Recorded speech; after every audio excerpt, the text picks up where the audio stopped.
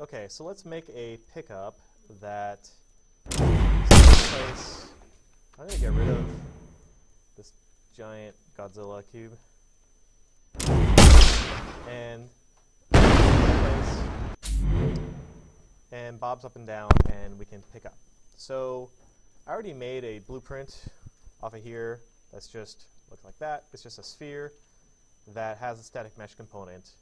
I'm actually going to disable the collision on the static mesh so I don't run into it, and then I'm going to add a box which lets me specify a collision shape for it so I can scale this guy up. And since it's a pickup, I kind of want this guy to be taller. Okay. Let's go back to my level here, drop this thing in the level. There's my pickup. And let's set it up so that when I run into that pickup, it destroys it. So I can click on the box here on the left. I can type overlap. And on component begin overlap will let me detect when someone's run into it. And all I have to do is call destroy actor. Like so. Okay.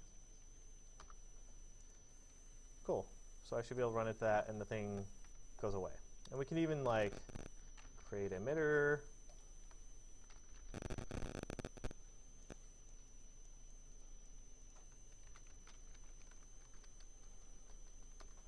Like that. Maybe we spawn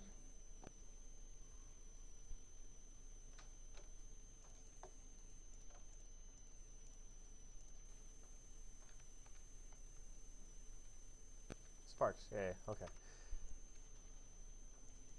So I also want this thing to kind of like look like a pickup.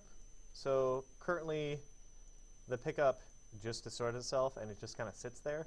And what we can do is using add actor local rotation, we can add some amount of rotation to this guy. And we want to do this every tick. So what we can do is add the event tick action and connect it here. The amount of rotation we want to add, I'm actually going to make a rote from this thing. And all I want to do is just spin it around the vertical. So this yaw, I want it to kind of spin 180 degrees per second. So if I wanted to just spin a certain amount per second, I drag a wire from the delta seconds and I multiply it by how much I want it to change every second. And I plug that into yaw. And so now this thing is spinning, that is 180 degrees per second. And just to prove it, what we can do is add an arrow here. And we can play. Oh, I can add an arrow and also make it visible.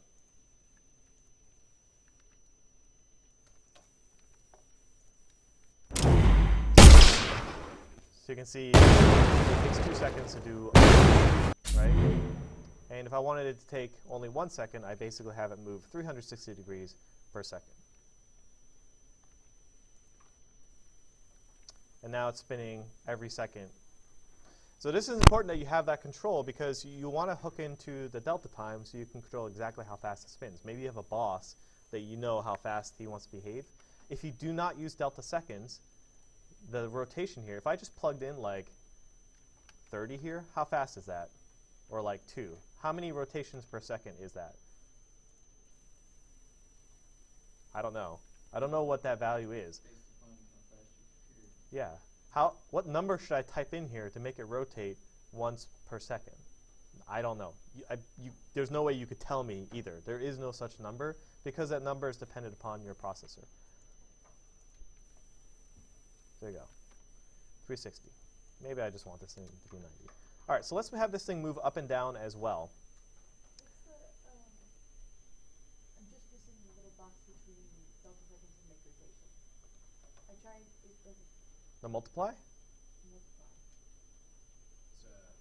It's Float times float.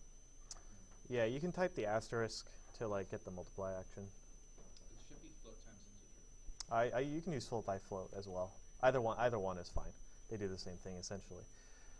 Okay, so let's now make it bob up and down. I'm going to have it add a timeline here. And timelines you can edit by just double clicking on them. And I'm going to add a vector track.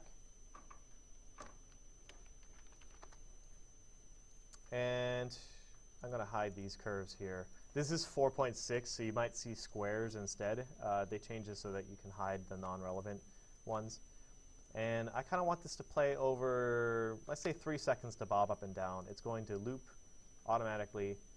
And I'm just going to add a key in the center, and then one here and one here. So this guy, I'm going to have it go 50. This guy will go -50. And this guy will be 0. And then I'm just going to scale it like that. And what I'm going to do is have it do a curve. I'm going to add one here as well. So I'm just going to have it loop up and down. Let's see, this one I want to be at 1 second, this one I want to be at 2 seconds, and this one I want to be at 3 seconds. And this one will be at 0. So there's my curve. I basically have it just go down and up, and then it's going to repeat. Okay. And if I want to use this, I can do begin play to start the timeline. And here's my movement vector. And on update, I can do add offset. It doesn't really matter which one of these you add. Do add actor world offset. And offset is basically just take your current position and add this much to it. So I'm just going to plug the movement in there. And this thing is set to play over 3 seconds. Oh my god, that might be too.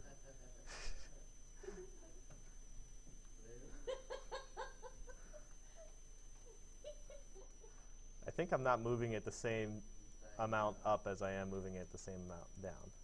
Yeah. This can be -50. Well, that makes sense. It's going down 50, up 50. You have it set like as a floor. Yeah, but I kind of don't want it to. Let's try this. Let's move this guy up a little bit. He's moving a little bit too much for my tastes anyway. I'm going to make it be like 25.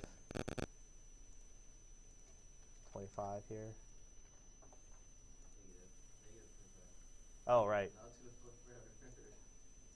Thank you.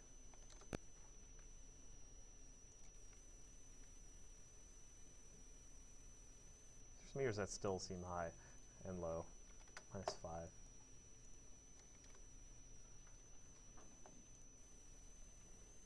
That's better.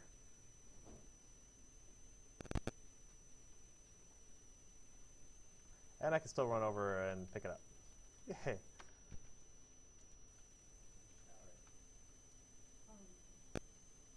was the part after that? Oh, shit. Add actor world offset.